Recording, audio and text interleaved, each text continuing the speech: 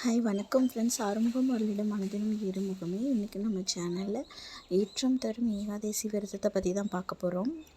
அதுக்கு ஃபஸ்ட்டு ஏகாதசினா என்ன, ஏகாதசி விரதம்னா என்ன, அது எதுக்காக இருக்கும், அது என்ன டைம் இருக்கணும், எத்தனை நாள் இருக்கணும், சாப்பிடலாமா சாப்பிடக்கூடாதா, இந்த மாதிரி உங்களுக்கு நிறைய டவுட்ஸ் இருக்கும்.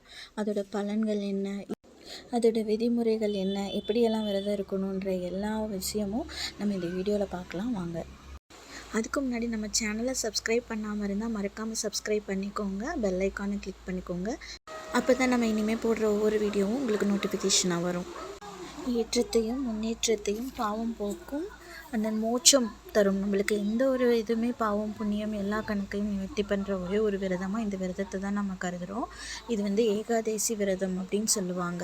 ஸோ பெருமாளுக்கு இருக்கக்கூடிய மிகப்பெரிய விரதம். நம்மளுக்கு எப்படி முருகருக்கு சஷ்டி இருக்கும் இல்லைங்களா, பெரிய விரதம், அந்த மாதிரி பெருமாளுக்கு வந்து ஏகாதசி விரதம்ன்றது ரொம்பவே சிறப்பான விரதம். இது வந்து எல்லா மாதமுமே 2 தடவை வருங்க. மாதத்தில் 2 தடவை, வளர்பிறை தேய்பிறையில் 2 தடவை வரும். பட் எல்லா மாதமே நம்மளால் இருக்க முடியுமா அப்படின்னு பார்த்திங்கன்னா இருக்க முடியாது இல்லைங்களா.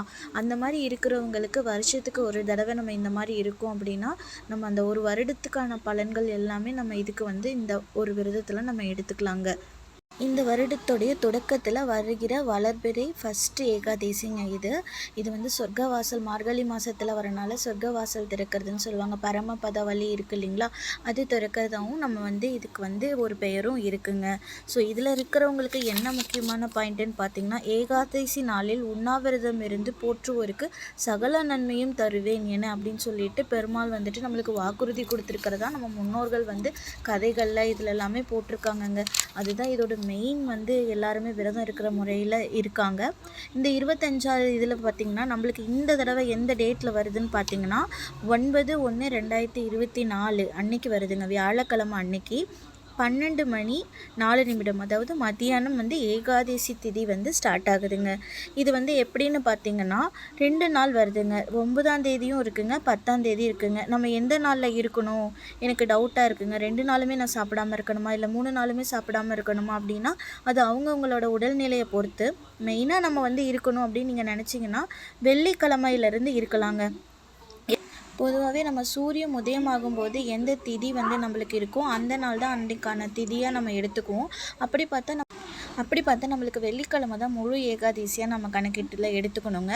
அப்போ வெள்ளிக்கிழமை நம்ம கோயிலுக்கு போகணும். அப்போ வியாழக்கிழமை இரவு நம்ம கண் விழிக்கணுங்க. தூங்காமல் கண் விழித்து பெருமாள் கிட்ட நம்மளோட வேண்டுதல்களை நினச்சி பெருமாளை பிரார்த்தனை செய்துட்டு வெள்ளிக்கிழமை காலையில் நேரத்துலேயே ஒரு 4 to 5:30 மணிக்கெல்லாம் நீங்கள் கோவிலில் இருக்க மாதிரி பார்த்துக்கோங்க. கோவிலில் போயிட்டு நம்மளுக்கு பெருமாளை நல்லபடியாக வேண்டிட்டு நம்மளோட வேண்டுதல்கள் அவர்கிட்ட சொல்லிவிட்டு நம்மளோட முன்னேற்றத்துக்கான பிரார்த்தனைகளை வச்சுட்டு பரமபத வாசல் திறந்திருப்பாங்க இல்லையா, சொர்க்க வாசல், அந்த வழியாக நம்ம அந்த கோவிலில் வளம் வந்து விட்டுட்டு அதுக்கப்புறம் நம்மளோட வீட்டுக்கு வந்துடலாங்க. எப்பவும் போல் நம்மளோட விரதத்தை நம்ம வந்து கம்ப்ளீட் பண்ணலாம். அதுக்கு பெருமாளுக்கு நம்ம என்னென்ன நெய்வேத்தியம் வைக்கலாம் அப்படின்னு பார்த்திங்கன்னா மெயினாகவே துளசிங்க, துளசி தீர்த்தம் தாங்க இதுக்கு மெயினாகவே வைக்கணும். அவருக்கு வந்து துளசி இலை, அதுக்கப்புறம் வந்து பச்சை கற்பூரம், ஏலக்காய், வெல்லம் இதெல்லாம் போட்டு பானகமாக வைக்கலாம். இல்லை என்கிட்ட அந்த அளவுக்கெல்லாம் இல்லைங்க அப்படின்னா வெறும் நீங்கள் வந்து துளசி இலை ஒரு 7 இலை 9 இலை போட்டு வெறும் தண்ணி வச்சாலே போதுங்க. அதுக்கப்புறம் நீங்கள் ஆஸ் யூஷுவல் உங்களோட விரதத்தில் எப்படி முடிக்கணும்னு நினைக்கிறீங்களோ அந்த மாதிரி நார்மலாகவே எடுத்து முடிக்கலாங்க. பெரும்பாலும் இதில் வந்து ரொம்ப ஸ்ட்ரிக்டாக இருக்கணும்னா 3 நாளுமே இருக்கிறவங்களும் இருக்காங்க. வியாழக்கிழமை மதியானத்துலேருந்து வெள்ளிக்கிழமை ஃபுல்லாகவே இருந்துட்டு எளிமையான ஒரு உணவு முறைகள் எடுத்துப்பாங்க. அதாவது சாதமாக எடுத்துக்காமல் உப்புமா, அந்த மாதிரி வெங்காயம் பூண்டு இஞ்சி இதெல்லாமே தவிர்த்துக்கிட்டு கூட விரதம் இருக்கவங்களும் கடுமையான விரதமாக இருக்காங்க. உங்களுக்கு எந்த மாதிரி உடல்நிலைக்கு முடியுமோ அதுக்கேற்ற மாதிரி நீங்கள் எடுத்துக்கலாங்க. ஸோ எடுத்துகிட்டு நீங்கள் மதியம் ஒரு 2:30 மணிக்கு மேலே நீங்கள் வெள்ளிக்கிழமை விரதத்தை முடிச்சிடலாம். இந்த விரதத்தை நீங்கள் முடிச்சுக்கலாங்க. அதுக்கப்புறம் பார்த்திங்கன்னா இந்த விரதம் வந்துட்டு நம்மளோட எல்லா கடன் பிரச்சனை, நோய் இருக்குது, என் வாழ்க்கையில் இந்த மாதிரி பிரச்சனை தீரவே தீராதுங்க, இது முடியவே முடியாதா அப்படின்னு நம்ம நிறைய கஷ்டங்கள் இருக்குங்க. அந்த எல்லா கஷ்டத்துக்குமே ஒரே ஒரு சொல்யூஷனாக இந்த வந்து ஏகாதசி விரதமாக சொல்கிறாங்கங்க. ஸோ இது இருக்கும்போது பார்த்திங்கன்னா நம்மளுக்கு மெயினாக வந்து பாவம் போக்குங்க, மோட்சம் நிலை அடைவோம். வாழ்க்கையில் இருக்க பாவ புண்ணியங்கள் எல்லாமே வந்து பார்த்திங்கன்னா நம்ம பாவக்கணக்கு, நம்மளோட மோட்சம் எல்லாமே நம்ம மேலே போய் தான் நம்ம அனுபவிக்கணும்னு இல்லைங்க. இந்த விரதம் இருந்தால் நம்ம வாழ்க்கையில் வாழும்போதே நம்ம சொர்க்கத்தை பார்க்கறதுக்கான விரதம் தாங்க இது.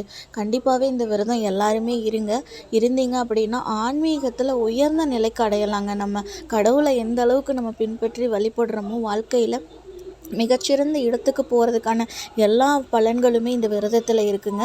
மறக்காமல் எல்லாருமே இருங்க. மேக்ஸிமம் என்னால் 3 நாள் இருக்க முடியலனாலுமே அட்லீஸ்ட் வெள்ளிக்கிழமை காலையில் நம்ம கோயிலுக்கு போயிட்டு வர வரைக்குமாவது இந்த விரதத்தில் இருந்து நம்ம போய் பெருமாளை சேவிச்சுட்டு வரலாம்.